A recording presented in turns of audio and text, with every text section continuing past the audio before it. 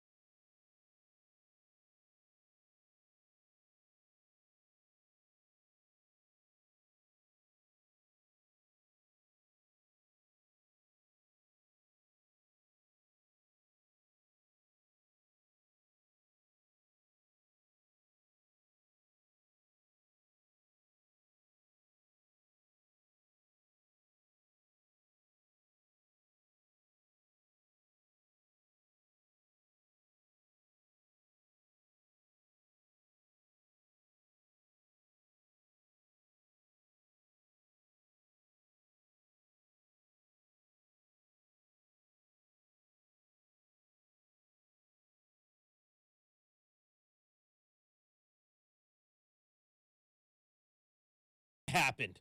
It was a nasty little game for your Portland Trail Blazers, and we knew this one. We knew this one was going to be like this, right? Right? We talked about it in the pregame show. We knew it was going to be hard to get past this Oklahoma City team, as good as they are,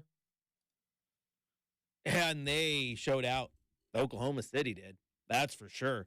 If you want to get in on the conversation and vent your frustrations to me, or, like I said, just get through this together, you can do it one of two ways. You can dial the phone, 503-248-0620, or you can go to youtube.com, type in Rip City Radio, and you'll be there on the chat where everyone's fired up, where I got to say a big shout out to Han in King City. I was starting to worry. Hadn't seen him for a while, and here he is. He's back. Apparently was on a little vacay in Hawaii, and now he's back in the chat, so thanks.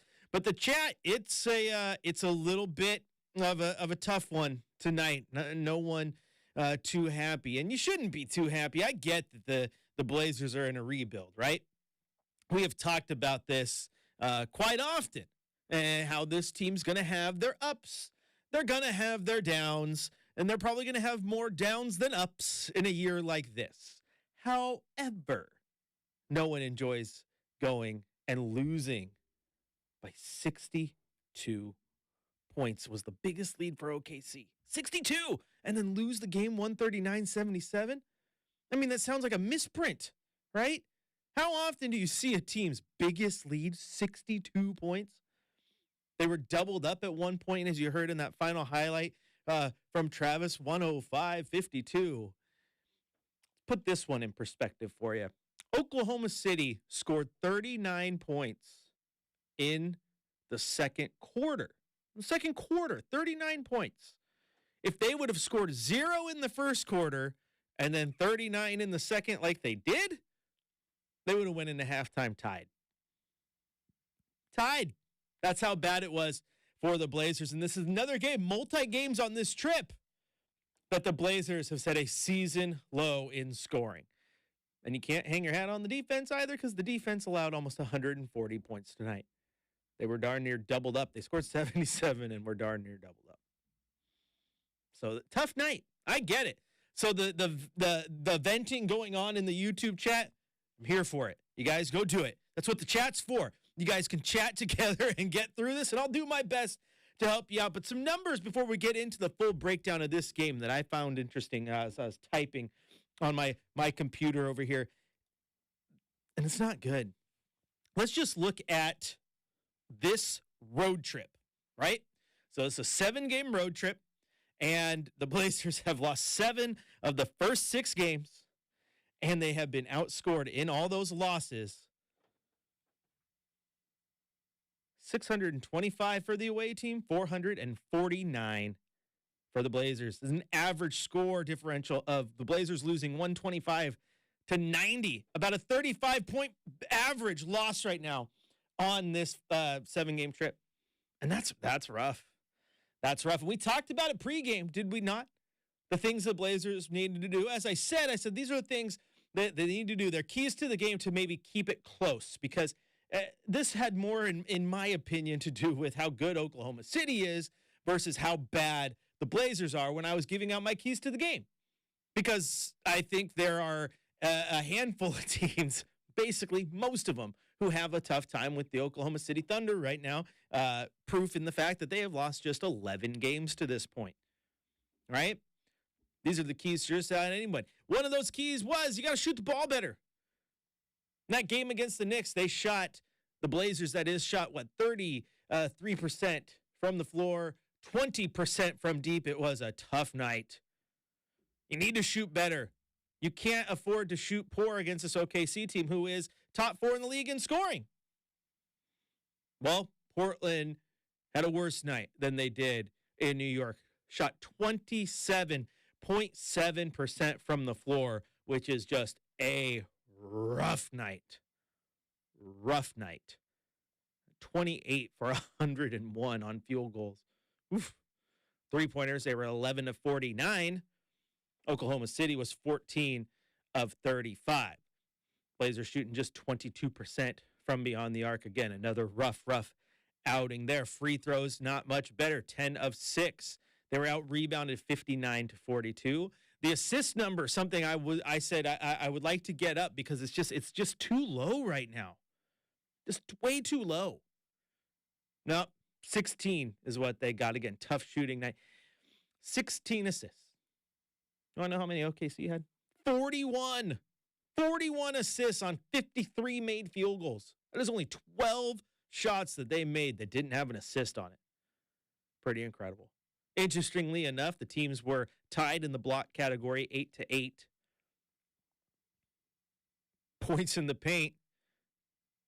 70 points in the paint for OKC. 70. The Blazers scored 77 points as a whole. Thunder had 70 in the paint alone. So this is one of those games, as the title of this one says. The Blazers played a game in Oklahoma City.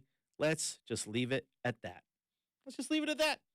It's a tough game. You swallow the pill, you move on, because things aren't going to get any better tomorrow because you have the other best team in the Western Conference, the Minnesota Timberwolves, who handle their business at home, have a nice young star in Anthony Edwards, and 2 guys who are going to beat you in the paint again, because without DeAndre Ayton and Jeremy Grant's not a great rebounder, you're going to get beat on the glass by Cat and Rudy Gobert. So it's going to be another tough game. It's going to be another tough game. If you want to get in on the chat, like I said, 2 ways to do so. Grab your phone, 503-248-0620. We can get you on the phones. Like I said, you can vent your frustration to me. It's okay. I'll be your sounding board. I'm here for you, and I'm here with you. Okay? We're going to have some fun the best we can, because we're in this together through thick and thin, right? That's why fans get upset when losing happens, because you love this team no matter what. Even if you say you don't care, you care. I promise you, you do.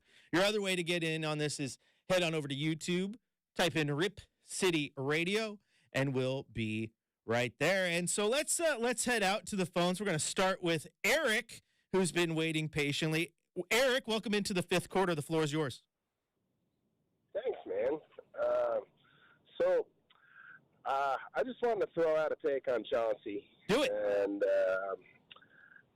I've been a Knicks fan my whole life, growing up on the East Coast, so I'm newly out here in Portland area.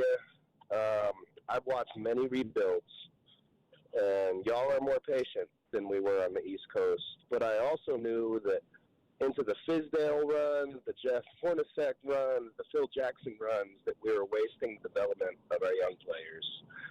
And, man, I just got to say, I get why you all want Chauncey to work.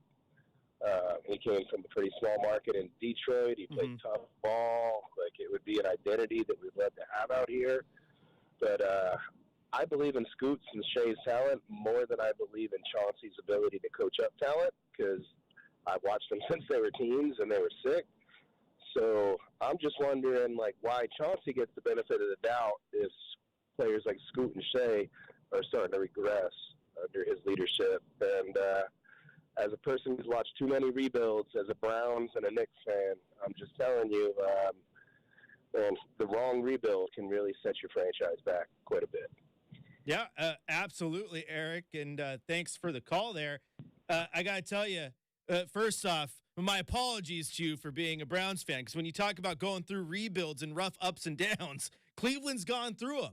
However, all hail Joe Flacco. I'm rooting for you in the first round, the wild card of the playoffs here, because that's a story to be told.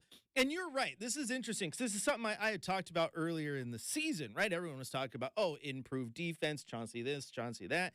Okay, well, how much is just the fact that young guys were getting run, right? I mean, if I'm Scoot Henderson and I'm going to get 30 minutes, I should show some sort of progression. If I'm Shaden Sharp and all of a sudden I'm getting 30 minutes a night, I should look better. How much of that is just young talent getting minutes versus the coach? So I hear what you're saying. I think we've seen some things throughout the year, Eric, where the defense has looked better at large parts throughout the season, not tonight so much or on this road trip. But we've seen better defense. I think that's for sure. I don't really think you can deny that one. The numbers are there. But the offense has most certainly taken a step back. Then it's not just you don't have Damian Lillard anymore. I mean, you have Ant, you have Grant, you have guys who can score, and you go out there and put up 77 points. That's rough. So I totally feel you. I totally feel you. And the one reason I think you can argue that Chauncey does get a pass is something we talked about in the pregame show, Eric, and that was the fact that, I mean, you looked at that game at NYC, and tonight, 3 rookies in the starting lineup, a rotation that consisted of basically 8 first-year or second-year guys, right? And Justin Minaya is in there as a second-year guy. He only played 6 games his rookie season, so that's rough. I think any coach would struggle with that. However, when you say out loud, Eric, that you believe more in Scoot and Shea than you believe in Chauncey's ability to develop them, my betting money would say you're probably not alone in that assertion. So I think that's fair. I think it's tough. I'm not trying to give coach benefit of a doubt here. I just think it's just tough for any coach of this position, right? This team's not great. But there are certain things when you talk about rebuilds being a struggle that do worry me just a little bit. Like I said the other day with Chad, I'm not hitting the concern button yet, but slow starts, looking lethargic, looking disinterested, it's a tough pill to swallow. And if you've been handed the, it's time to tank pill, I think that's even worse. Don't tell me to go tank. This team's going to tank just by trying to win, right? So that's rough. Eric, thank you for the call, man. Those are great. Those are good points. Those are good points. Like I said, I don't think that you are alone at all. All right, let's head down I-5 to Salem, where David's been waiting patiently. He's probably been looking at weather reports, too, deciding if he's going to get snow early tomorrow or not, like we all are, right? David, welcome into the show, man. How you doing? It's good to be with you, Chris. I think I'd like to see – I know the Blazers are not going to be real competitive going against teams like Oklahoma City or Minnesota Timberwolves, but I agree with Eric's call on Chauncey. I would rather see Chauncey play all the rookies, Chris Murray, Justin Minaya, all those other people. If they're going to lose and they're going to play against these top-tier teams, why not give your even first-year players a chance to play against the best so they know how much to step up their game? I don't see that happening with Chauncey. There's just an inconsistency of lineup. I know there's injuries. Mm-hmm. I look at the statistics. I follow it while I'm watching the game. And I'm just not seeing him react in a way to help these young guys win or become better. And I wish I was. I listen to your radio station all through the week, and I heard Dave from the Blazers Edge talk about Chauncey, and he's not enamored with him. Mm-hmm. So it's not just me. I don't want to beat up on the guy, but if you want to develop young players, you need to have a development coach. And Chauncey just doesn't have the experience to do that. And I wonder about the assistant coaches too, because it's a team effort, not only with the players, but the coaches. And that's what I'm not seeing. I want these guys to succeed. I've been a Blazer fan for almost 50 years. And I tell you, it's just, it's really frustrating when you have a coach.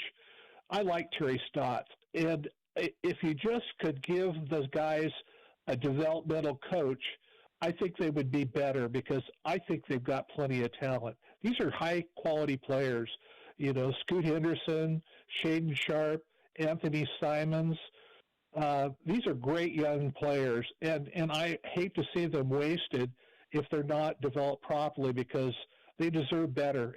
And Portland's invested a lot of energy and time to get these players on the team, and I want to see those guys succeed. And I would want to see Chauncey succeed, but he may just not be up to the job. Chris, thanks for taking my call. Yeah, of course, David, and thank you for making the call, my man. I appreciate it. And yeah, I think that's valid. I think you can worry about Chauncey in that vein and not want these rookies wasted. I almost say Wookiees. It's Star Wars on the mind or something. Jeez, what a that was my best Wookiee for you. There you go. But no, David, you're right. And Chauncey, like I said, he's shown ups, he's shown downs. I think the tough part right now, David, and everyone else out there, is just he's showing more downs. I think you're having a team realistically that is, I think Travis talked about this on the broadcast, that is big time hitting a wall, right? A 7-game road trip, that is something that Tamani Kamara, Duop Reith, Scoot Henderson, Chris Murray, Ibu Baji, Ryan Rupert, they're not used to. This is the longest stretch of their basketball career they've ever spent in a hotel. And as someone who has traveled with the team before, I can tell you it is exhausting. And I didn't have to perform at an all-world level on an NBA court. That's rough. So that's tough. And then developmental coach, I think, yes, but a developmental coach could only do so much, right? You have to have the good roster around everything. And I do think you got a good one with Jeremy Grant, Anthony Simons, and nice young pieces.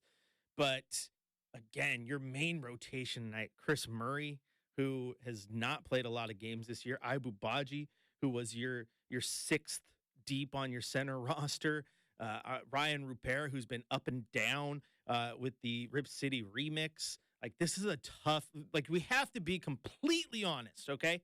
You have to be completely honest. You can dislike Chauncey all you want, and there's plenty of people who do.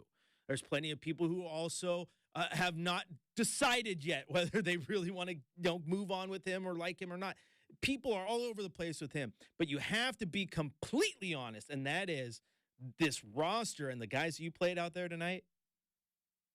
You're not getting a much different result if you're putting Steve Kerr in that position or Greg Popovich or Eric Spoelstra, because this team is young, it is raw, and if you're honest with yourself, it's just not very good. It's not very good. I got called out earlier in the game, in the pregame show, because I wouldn't say they suck. I was like, what are you talking about? I've been long on this road that they're not very good. They're just not. I would have liked a better performance tonight, as we all would have. Rough game. Absolutely. But David, hey, you know me. You're always welcome to call. I appreciate you calling in. And yeah, you're very valid. I'm trying to put words to this because this is a tough one to put words to. Someone give me credit for trying to host a show when a team just lost by 10,000 points in the middle of Oklahoma. That's tough. Maybe it was like the 10-foot aliens that were in Miami or something. I don't know. Everyone's feeling weird, right? That was a joke, guys. That was a joke. All right, we're going to take a quick break here on the show. And we come back, we're going to hit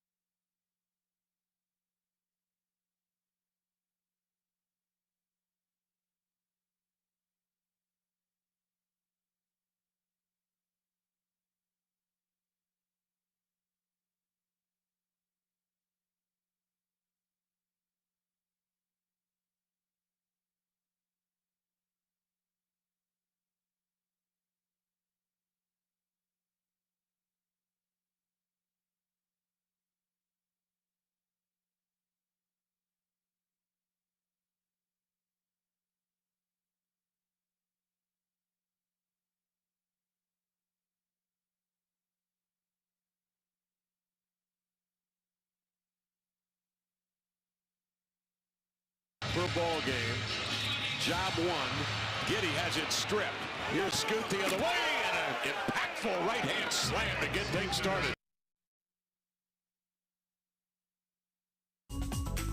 The best performing team requires the best workstations. What's the Scoot is brought to you by Office Furniture Reborn. Need desks, better office chairs, or just the right file cabinet? Office Furniture Reborn has a huge selection of colors and sizes to choose from. So drop by Office Furniture Reborn's huge showroom just off Pacific Highway in 217 or visit www.officefurniturereborn.com. Well, what is the scoop? Well, there you heard it right there. He got a steal and a dunk to start the game. The Blazers were up 2-0. And then the wheels fell off. It was a rough game. It really was. There's no two ways about it. And it's only going to get rougher. This team still has to end this road trip against Minnesota, and there's plenty of games ahead that are going to be rough. They're going to be tough, right? Someone asked, who was it? It was Iron Rods. Asked me in the chat there on YouTube, which you can join, youtube.com. Search Rip City Radio. It'll pop right up. Like, share, subscribe. How do we get through this, Chris? Help us. I said, fasten seatbelt sign is on. Plane is hitting turbulence. Just trusting your pilot, me, to get you through this. You know, this is the type of year, Iron Rods and everyone out there who's frustrated, where you know what? How you get through this is how you get through this. Because there are going to be more games like this. Maybe not more games where you're down by 62, right? But games where you lose by 30. Games where the offense looks stagnant. Games where the young guys are going to just take their, like I said, my word of the year, lumps. As David in Salem said, he would like to see more of Chris Murray and the young guys if you're going to go lose. Well, that's fair. But keep in mind, if you want to see more of Chris Murray, you're going to see more games like this. Because he has to be thrown into the fire. He has to learn, right? So what you do, Iron Rods, to answer your question, what you do is this is the type of season where you find your closest Blazer buddy. If you don't have one, reach out in the YouTube chat and find one, and you meet up at a game or at someone's house or a restaurant or a bar, and you sit down and you watch the game and you find something. You just find something about it. Maybe you just try to look in the weeds, find something to pick apart positively. And if the Blazers lose by 100, at least you were in good company, right?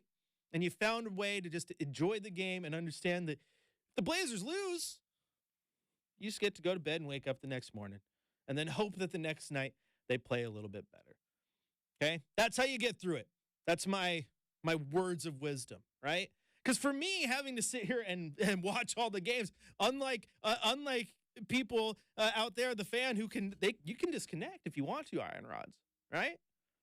You can say, you know what, I'm not going to watch that mini game.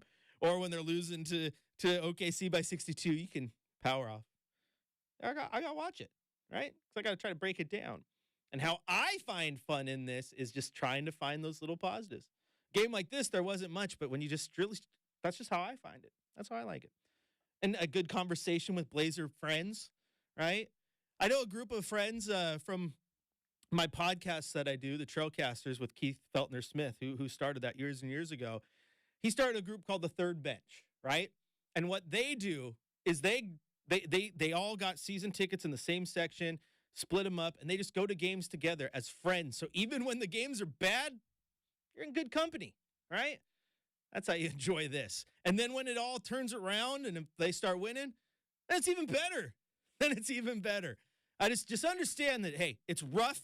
Sometimes you go through losing stretches, especially when you're trying to rebuild. But man, there's some bigger things out there. I'm trying to be philosophical, right? I'm bringing out Papa Chris, right, to make sure we all calm down, we all have fun. Okay, that's the best thing we can do, and it's rough because as a fan, we've all been there, right? I mean, I'm a 49er fan, and they're looking real good right now, Super Bowl favorite. But as I tell people in the chat all the time, like Mika, who's also a 49er fan, I lived through the Ken Dorsey as a quarterback days. Right? I lived through that. I lived through just terrible 49er seasons. I'm a Red Sox fan. Yeah. One of the worst teams in the AL East right now. Not really focused on winning. Yeah, living through that. You find ways, right, guys?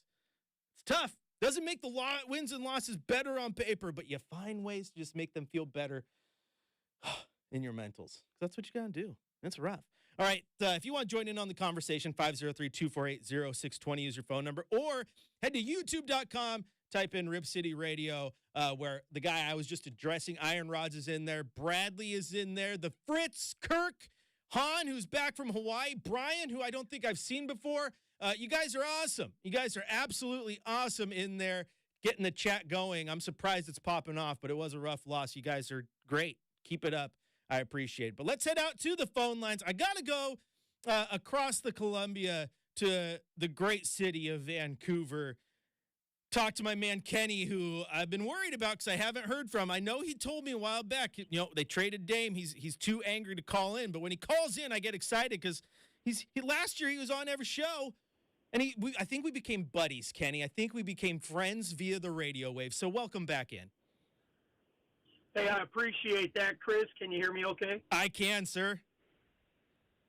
All right. I believe that Chauncey's been dealt a bad hand. And what I mean by this is we've obviously got a Cronin agenda and we've got a Jody agenda, and those don't meet up with the Chauncey agenda, which I believe is to play Ayton when he's healthy, Grant, Kamara, Shaden, and Ant. I believe that Scoot right now is being forced into the lineup. He is not ready, while he does come through with a few nice games here or there. The bottom line is this team is so hell-bent on Scoot succeeding, whether it be the what the Scoot and the silliness from Havastro, who goes, Scoot farts the best of any 19-year-old ever to come into the NBA. It's incredible. Oh, my God. It's so pathetic. It's ridiculous. This is by far just a cluster bleep right now of people who don't mesh together. It's by far the worst Blazers team since since probably 1970 one maybe, or I started watching in 77, but I just believe there's just too many agendas going on. I feel bad for Chauncey. I mean, he played the silly putty guys for the second straight game.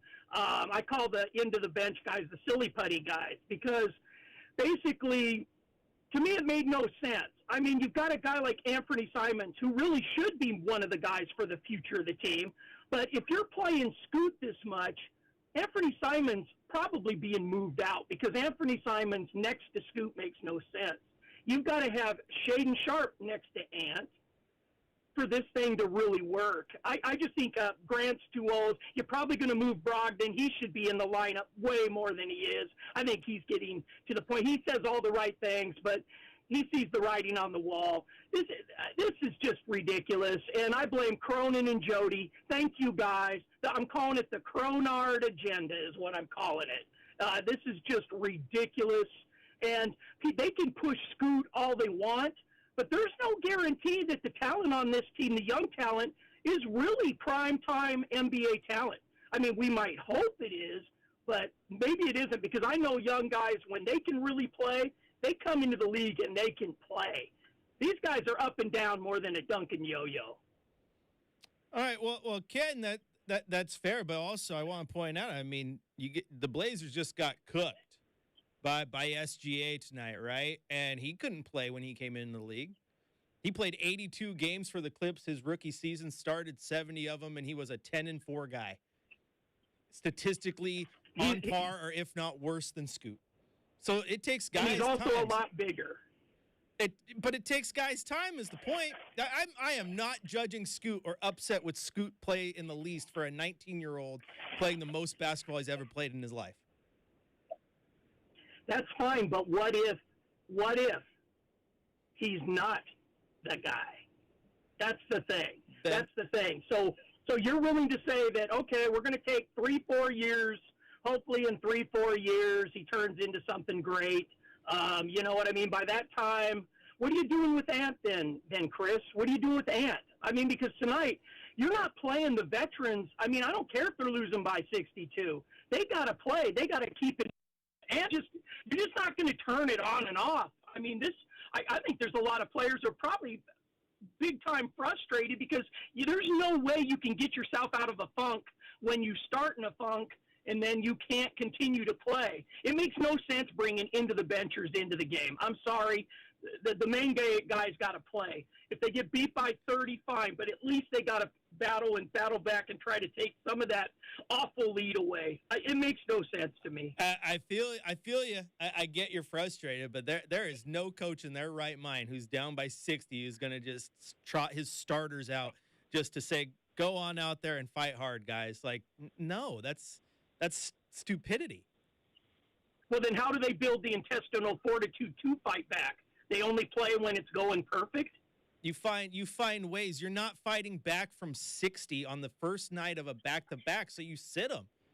The last thing you want is to go have Scoot or Ant or someone hurt themselves severely because you're trying to fight back from a 62-point deficit to have some sort of moral victory, Ken. You just can't.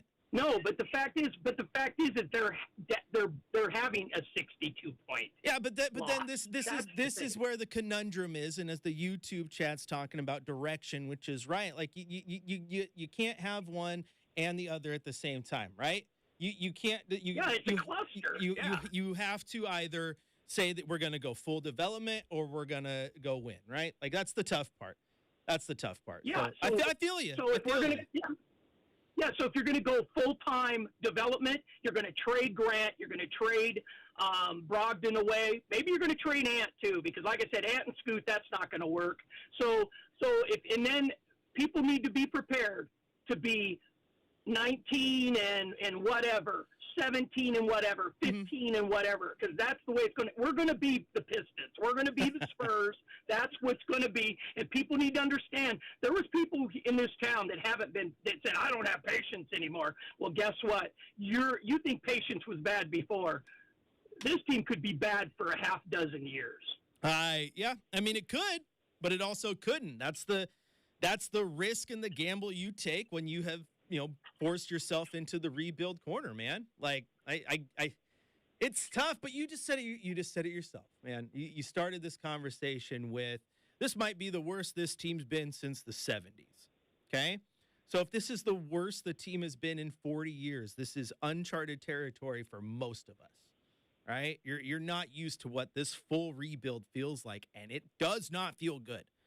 Judging by your frustration, which is very justified, judging by the conversations on YouTube after a loss like tonight. I don't like this loss either. Like I said, this team is losing by 35 points on this trip.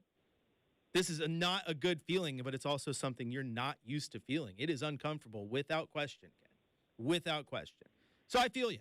Now, again, like I said, I don't agree with, just keeping the starters in late in the game, but as Han and King City agreed with you in the chat, they shouldn't get down by 60 in the first place, right? Yes, so exactly. Thank you, Chris. That's the tough part. No, hey, like I said, I might not agree with that, but you're completely justified in that feeling, and no team should go get down by 60. Now, if you're down by 20 or even 30, there's still a chance to claw back. You're never clawing back down when you're doubled up in the third quarter, and it's just crazy. But it's just times are tough. They're gonna get tougher, and with the young guys, Ken, you can say that they might be bad for the next 6 years, and they very well could be. But they could be like OKC, and things could click, and the moves they make could be right, and in 2-3 years they're right back wherever they were trying to get in the first place. You never know. It's just the gamble of it. All I know is that I'm gonna be here for you, Ken. I'm gonna be your sounding board. Okay, you got that, buddy? Thank you, buddy. I appreciate the call, man. Hope you're doing well. Thank you. You as well. Blessings, my friend. All right, there's Ken in Vancouver, who I appreciate he called in because he told me earlier in the season that he probably wasn't going to call in much, that it was tough because he was a very, very big Dame defender and Dame lover, and the minute they traded him, it tested him to the core. And you could tell that emotion is he's having a rough season. He's having a rough go this season, like many of you are, and I get it. I totally get it. I'm not going to tell any of you how to fan. I've been firm on that one on this show for a while. I'm going to tell you how I think and what I think from this unique perspective of mine. But, man, I'm not going to tell you how to fan. If you want to get fired up, boy, get fired up. You should be fired up when your team loses 139-77 like they did today. So I get it. You guys are awesome. I do like the appreciate that the calls have been good, even though you're fired up. We're having good cordial conversation. The YouTube chat is on absolute fire, which I love. You guys are chatting back and forth, having great conversation, and I appreciate it. And if you want to get in on those YouTube chats with everybody, head to youtube.com, type in Rip City Radio if you haven't already. Like, share, subscribe, and I'll be here to help you get through all this as well. All right, we're going to take a quick little break if you're on hold.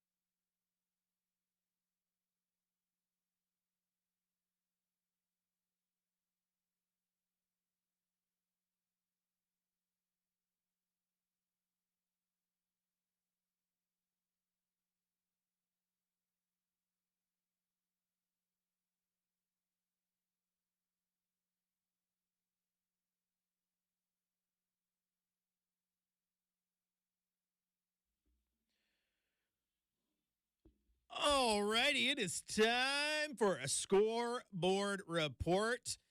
One game going on live right now in Los Angeles. The Suns have the 66-52 lead over the Lakers. Devin Booker leading the way for Phoenix with 23 points. LeBron James has 8 points and 8 assists. Final in Paris for the NBA Paris game this morning. The Nets 102, Cavaliers 111 in the shadow of the Eiffel Tower. Donovan Mitchell, 45 points, 12 rebounds, and 6 assists.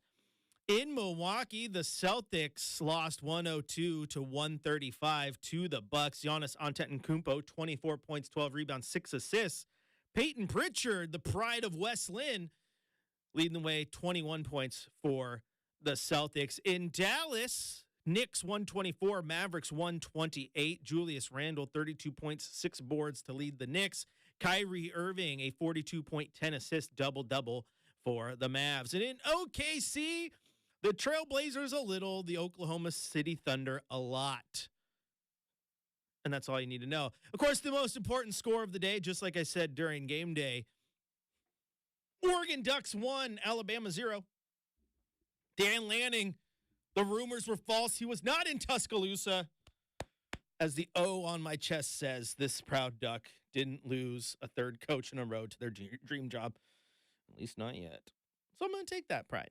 All right, if you want to join in the conversation, 503-248-0620 will get you there. You can also head out to youtube.com, type in Rip City Radio, and join the conversation where everyone's got the chat popping. Mika just popped in that, a lot of painful years as a Niner fan. You know, it is. Sometimes as a fan, you have painful years. You know what, though? For everybody who's in the chat upset, for everybody who is calling upset, you're only upset for one reason. Because you love this team. You love this team. So you ain't going anywhere. I know that. There's passion in there. Fan is short for fanatic, right? You are fanatical about these guys. There is a want. You want this team to be good. And when it is not, it sucks. It sucks.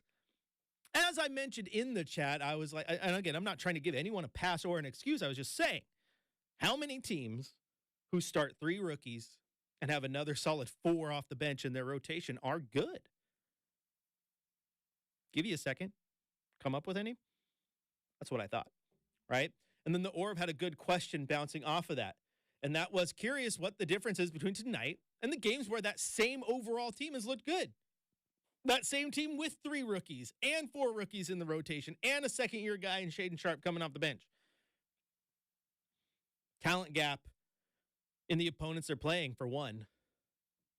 Like, this is not the OKC of just a handful of years ago. This is an OKC that is now tied for the best record in the Western Conference. This is a team that legit is going to make noise in the playoffs. Now, I personally still think Denver is the team to beat in the West. Like, once it comes playoff time, Nikola Jokic and Jamal Murray and company, defending NBA champions, they're right there, only a game behind of Oklahoma City and Minnesota. They are good. Oh, and don't look now, but the Clippers are playing a good brand of basketball as well. But Oklahoma City and Minnesota are 2 legit teams, and they lost to one of those legit teams tonight. That's one reason, that's for sure. And then the other one I think that's rough is, and it kind of reared its head in New York, is if Ant and Jeremy are having off shooting nights,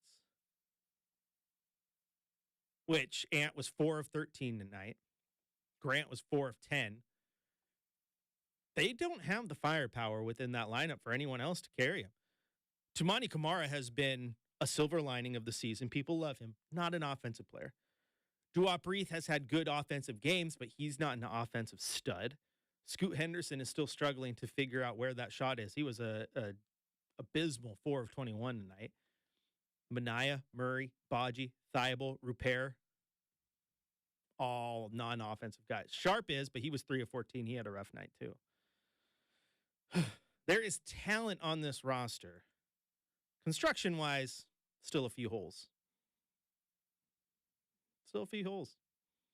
Yeah, and like Hans says, he says, they were fine in games without Ant and Grant. They were competitive due to their defense. That defense has taken a beating, though, has it not? Yeah.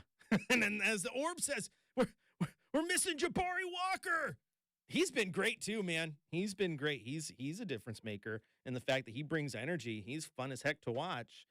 But I can sit here and spitball all night long, Han and Orb and Kirk and everyone else in the chat and everyone else who's called, but it's tough because I don't know where the pulse is. I don't know where we're going. I can put my finger over here, and all of a sudden the problem's over here. So I go over here to find the problem, and all of a sudden the problem's back over here. It's tough, man. It's tough. Is it the coach? Is it the players? Is it this? Is it that? All I know is the season was going to be rough. We knew that. We knew losses were going to happen. And I think the big issue for most of you as well is not the losses. Losses, we knew. It's just the way that they're happening. And this road trip in particular. Basically, like Han said, they won games, the defense looked good. And Han called me out earlier in the year because, not really called me out, but pointed out that, like, earlier in the year you talked about they had an identity, and they did, right? You knew the defense was going to bring it. And then somewhere along the line, that has slowly kind of shifted. I think part of that is definitely fatigue and the fact that these guys, when you are a young team, are playing more basketball than those bodies have ever been used to in their lives. That's part of it. And then for me, if you look back, it was kind of that Washington game where the defense kind of let them down, and then the wheels wobbled, and it's really been off kilter since, right? Then you lost to Golden State, lost to San Antonio, rebounded, got the win without Wemby. But I don't know. Tough one to actually put your finger on. All right, let's head back out to the phones where Victor has been waiting patiently. Victor, my friend, welcome in. Yes, thank you very much for your time, and stuff like that. Well, this is really kind of a big subject. I was thinking about it a lot. Is a deeper concept. There are, we have to look at like a psychology of the game, psychology of the players. And in this century, in this new modern times, the psychology of the social, contact in people is so high, and the stress of the society is so high. It's unbelievable. It's never seen that before in the previous times. What I mean is, the advanced countries, like in my country, Turkey, the stress, the people have a stress, but not so high. In the advanced countries like America, Canada, those countries, the stress so high, and that makes people, kind of, give up, very quickly. So that's the psychology point of it. I'm clear on that. I believe in that. The other thing is the business concept. You see, America is a business-oriented country, and what I mean is, if said there are two teams in the 32 NBA players, there are two bottom teams, whether it's the Pistons or Blazers or somebody. They end up being the last team on the NBA.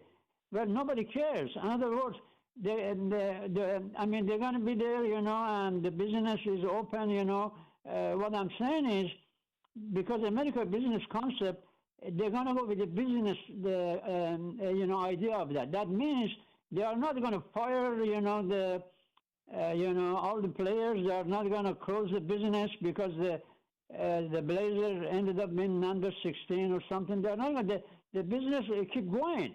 Because the business is business. I mean, they're making money and stuff like that. You can't joke with it. It's a number one concept in America. It's a business.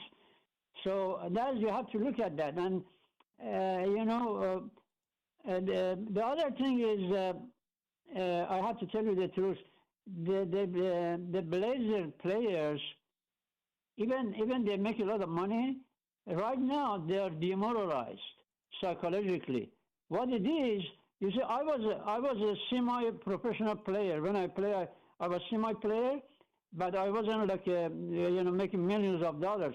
But what I'm saying is, when my team keep losing, losing, several games, I wasn't in good mood to play the next game, and not me, but the other players too. When they show up, they didn't like to play. They said they told my coach in Turkey, they said, let's quit.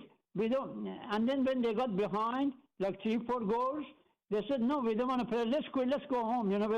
But the coaches said, no, that's against the rules. We cannot quit. We're gonna get punished. So what I'm saying is, the Blazers right now, even they're professional, they make a lot of money, but inside of the psychologically they are demoralized, because when they're competitive, so when they lose by 60 points, 40 points, they are not gonna. The next game they come in, they're low. They're another low. So they lost their their mojos. They lost their spirits. Yeah. That's what they're right now. And I tell you, right now, they don't need any practices, forget about those phony practices, all of that doesn't make any, believe me. You don't need, this player, they played millions of games on the road, and they play game, they play every other team. They're tired of practicing. And what I'm saying is, you have to give them mentor and psychological backup, or mentors. Look, say, Chris, say you have two kids, and one of them you pay attention, the other one you don't pay attention, and you see your other kid is not happy. You see, when they played too much attention to Damian Lillard, that was a big mistake. You see, Damian Lillard was the king of the planet. All the attention, all the media, all the mental, everything went through the Damian. The other players, they feel low. If you have two kids and you distinguish between two kids, you give all the attention to one kid, and you have maybe 5 kids, and you don't pay enough attention to other kids. What is going to happen? They're not gonna grow up good. That happened to the psychology of this Blazer. They pay too much attention to Damian. I'm an educated man. I know what I'm saying. The psychology is very important in this century. You cannot play with it. It's fair. I get what you're laying down. The psychology is important, Victor. Absolutely. I mean, no one needs to be mentally fatigued. Yeah. I mean, you said if you had 2 kids, I got 3 of them. I get it. You got to balance that out. You don't want any jealousy. However, I don't know how many people were quite jealous of Dame. I think more of them were like, oh gosh. Thank you for giving us this man who we can give the ball and we can just ride his coattails and jump on his back, and he's going to win games for us. Like, the guy was phenomenal. He deserved a little bit of that, because as much as, it pains you guys that he's gone, and some people think it was time, maybe a year or two too late to get all your best, he was pretty darn good. He made basketball absolutely fun. All right, if you want to join in, 503-248-0620 is your phone number. Sean and Sandy, if you're out there, I apologize. I was trying to get to you. Didn't mean for you to wait so long that you bounced off. I get that you have time and you're busy too. I'll get to you next time, though. I apologize for that. You can also jump on YouTube.com, type in Rip City Radio, and get in on the chat there as well. If you are calling, I'll get to you here in just a second. But we are going to take our final break of the show. When we come back, we're going to head to the Coach's Corner, hear what Chauncey Billups had to say following this rough loss to the Thunder in Oklahoma City. Chris Burkhardt here with you on your home of the Blazers, Rip City Radio 620.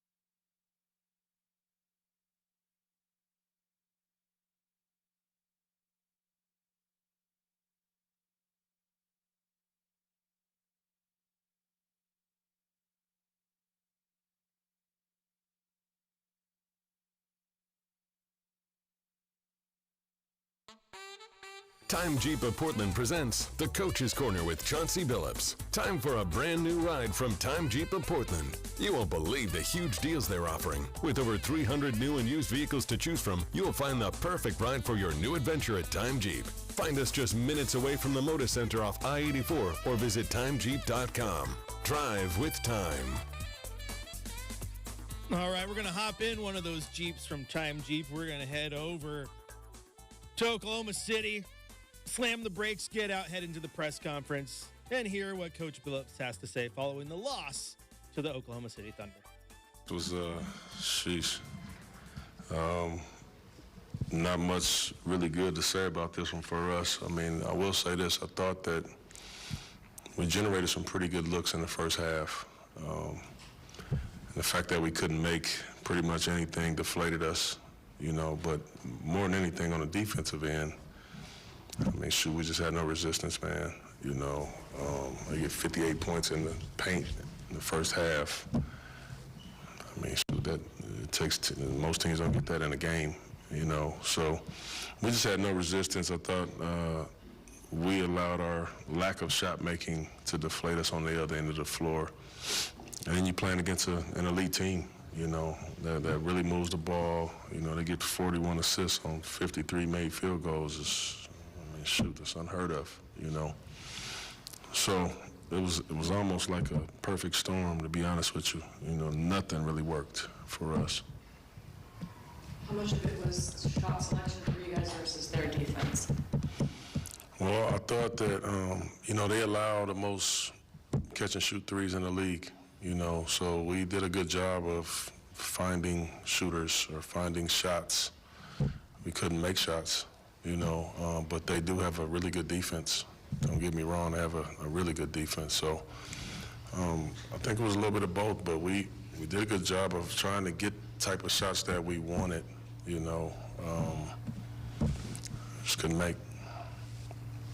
Chauncey, you got a team of professionals. What's your message to them, either at halftime or in timeouts in the second half, when a game gets that out of control? And how did you think they responded to it? Yeah, you know, when the game gets kind of that far out of reach and you got a game again tomorrow, you got to be smart about when you take your starters out of there. Obviously, you know, I took them out of there, you know, maybe 7 minutes left in the third quarter. It was so far out of reach. But to me, it's about you're gonna have nights like this, you know. I know personally I've been in a game like this before, but on the other side of it. But you just can't let go of the rope, you know. And I was proud of those young guys. Those young guys came out there. They was tired as heck, man. But they laid it on the line. They fought hard. They were still picking up full court. They're getting deflections, and that's what you want. You know, you want guys just not gonna let go of the rope out there. So I was definitely proud about that. Well, there you go. There is Coach Billups. He was proud about that. That's a tough one. There's not much to be proud of when you lose by that much. And but I get what he's saying. I mean, when you get guys like Ibu Baji in there and Justin Minaya and Chris Murray playing well to the best of their ability, those guys aren't come back from 60-point deficit guys, but they're going to go in there and they're going to hustle their tails off and try to do something. I can respect that, but again, just a tough loss all the way around. Everyone's cracking up at Victor's one-liners of the night, calling Dame king of the planet. And what I'm saying is, also Kirk says they thought calling Chad Chan for 30 minutes was pretty amazing. I love everyone calling him Chan. It's kind of fun. So I don't know. It's a tough game, and it doesn't get too much easier tomorrow. The Blazers get to take on the Minnesota Timberwolves, and guess what? We're going to be right back here. We're going to do this all over again. So I'm going to get through this. That's the best way I can say it. When Iron Rods asked me, the best way to get through this season, find some friends, watch the game, find things you can enjoy that maybe aren't happening on your TV screen or in the court in front of you. Just buckle up. Understand there's going to be a few little bumps in the road. Some might be a little bit bigger than others. Like, you ever been going through a neighborhood and maybe you didn't see the speed bump coming, and you didn't get to slow down, you hit that thing, and it was a full-on, whoa, you might have to go check the suspension. That's what Oklahoma City was for the vehicle that is the Portland Trailblazers season. today, right? Hopefully the speed bump, you hit it with a little more ease tomorrow in Minnesota down at Target Center. It's going to be a rough one, but guess what? I will be here at 2:30 with Blazers Game Day. Hopefully everyone will be as well. That's going to do it for the fifth quarter tonight. To all our callers, thank you so much. Josh, Brian, Han, Kirk, Bradley, Matt, trying to scroll, Chris, who was in there, everyone else who was in the chat. You guys were phenomenal. You guys were absolutely phenomenal. Come back next time. Tomorrow, 2:30, Blazers taking on Minnesota. 2:30 Game Day followed. 4 o'clock, Chad Doing will have your Blazers pregame show, tip-off at 5. And then, of course, after the game, we'll be right back here. I'm going to get through this with you guys, but I can't get through it without you, so keep bringing the heat like you did today. I love you guys. You've been awesome. I will see you tomorrow.